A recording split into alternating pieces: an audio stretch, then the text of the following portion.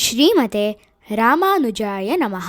ವಿಷ್ಣು ಸಹಸ್ರನಾಮದಲ್ಲಿರುವ 203ನೆಯ ತಿರುನಾಮ ಸಂದಾತ. ಪರಾಶರ ಭಟ್ಟರು ನರಸಿಂಹಾವತಾರವನ್ನು ಒಂದು ಸುಂದರ ಉದಾಹರಣೆಯ ಮೂಲಕ ವಿವರಿಸುತ್ತಾರೆ. ಒಮ್ಮೆ ಒಬ್ಬ ತಂದೆ ತನ್ನ ಚಿಕ್ಕ ಮಗನಿಗೆ ಸಕ್ಕರೆ ಹಾಕದ ಒಂದು ಲೋಟ ಹಾಲು ಕೊಟ್ಟು, ಇದರ ರುಚಿ ಹೇಗಿದೆ ಎಂದು ಕೇಳಿದನು.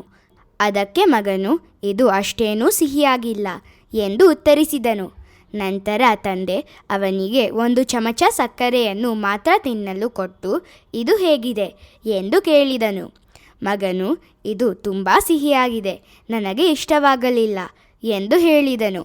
ಕೊನೆಯಲ್ಲಿ ತಂದೆ ಹಾಲಿಗೆ ಸಕ್ಕರೆ ಬೆರೆಸಿ ಕೊಟ್ಟನು. ಮಗನು ಅದನ್ನು ಕುಡಿದು, ಇದೇ ತುಂಬ ರುಚಿಯಾಗಿದೆ ಎಂದು ಸಂತೋಷದಿಂದ ಹೇಳಿದನು.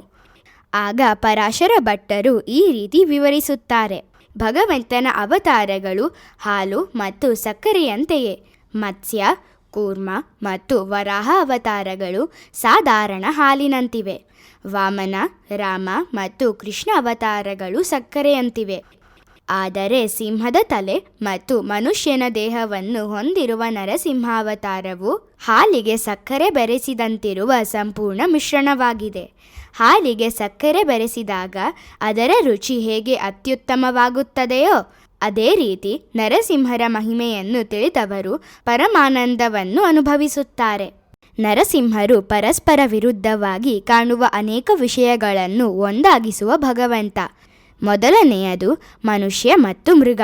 ನರಸಿಂಹ ಭಗವಂತನಿಗೆ ಸಿಂಹದ ತಲೆ ಮತ್ತು ಮನುಷ್ಯನ ದೇಹ ಇದೆ. ಎರಡನೆಯದು ಕರುಣೆ ಮತ್ತು ಕೋಪ.